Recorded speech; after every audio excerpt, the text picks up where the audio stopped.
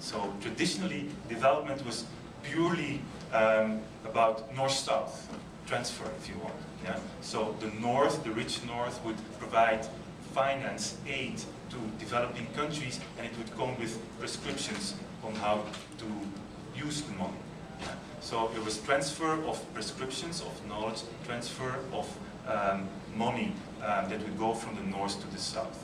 Over the last few years, the world has dramatically opened up, and we see in this conference what some of the interesting consequences of that are. In the field of development, we see this as well. Our clients, the clients that the World Bank wants to work with, don't no longer ask for that many reports. They don't always ask for, give us a report on how we can reform the education sector, give us a report on how we can lead decentralization, give us a report on how we can implement open data in our country or open government. They're asking to learn from other countries. And the World Bank, in an attempt to remain relevant with clients that are ever more sophisticated, with more sophisticated demands, has understood that in addition to being a provider of money, and in addition to being a producer of knowledge and reports, it also needs to become a broker of knowledge, yeah, to respond to our client demands. And that's why we created in the bank this group, this practice group, that is developing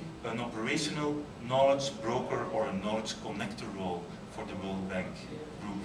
And then this has a very strong internal dimension, obviously, because it's a change process for World Bank staff. When World Bank staff interact with their clients in the field, on the ground, they have to have an operational instrument that allows them to be connecting this client to another country, while in the past, the normal instruments that the World Bank staff would have would really be writing a report, doing a study, giving policy advice, etc., really tapping the knowledge in the head of the staff and giving that to the client. Now it's a different role.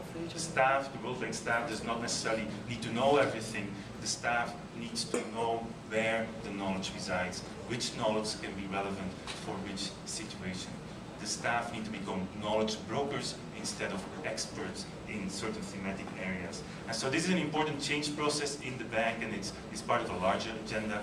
It's called the modernization agenda. There's also very strong drivers outside the bank for this thing.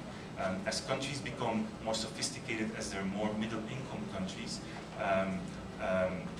that are getting out of these low-income country status, these countries more and more have an interest in sharing actively what they have learned, the successes they have had. It's one way for middle-income countries to become active, to become donors, to be in touch with other countries, really sharing the experience of their own development successes. There is some business interest behind this. If India exports its knowledge on building up an IT sector, then later on it can also lead to business for IT companies in Africa, for example. But there's also an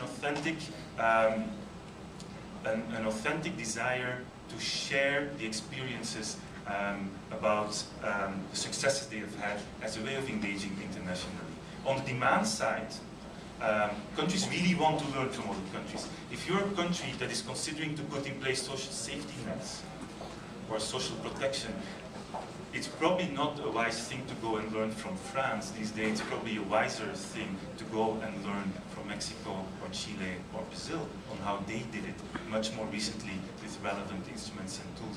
If you want to learn about how to strengthen dairy supply chain, for example, and how to make sure milk gets to the customer in a way that it doesn't lose all the milk on the way, it's probably better to go and learn from India, who achieved successes in this recently, than to go to any other academic source of knowledge that is around. So on the demand and the supply side, there are strong drivers for this global knowledge sharing to take place. And then it's a question for international organizations like the bank: what's your role? How can you serve your clients better by turning being a knowledge broker into an operational service? So that's a little bit where we're coming from.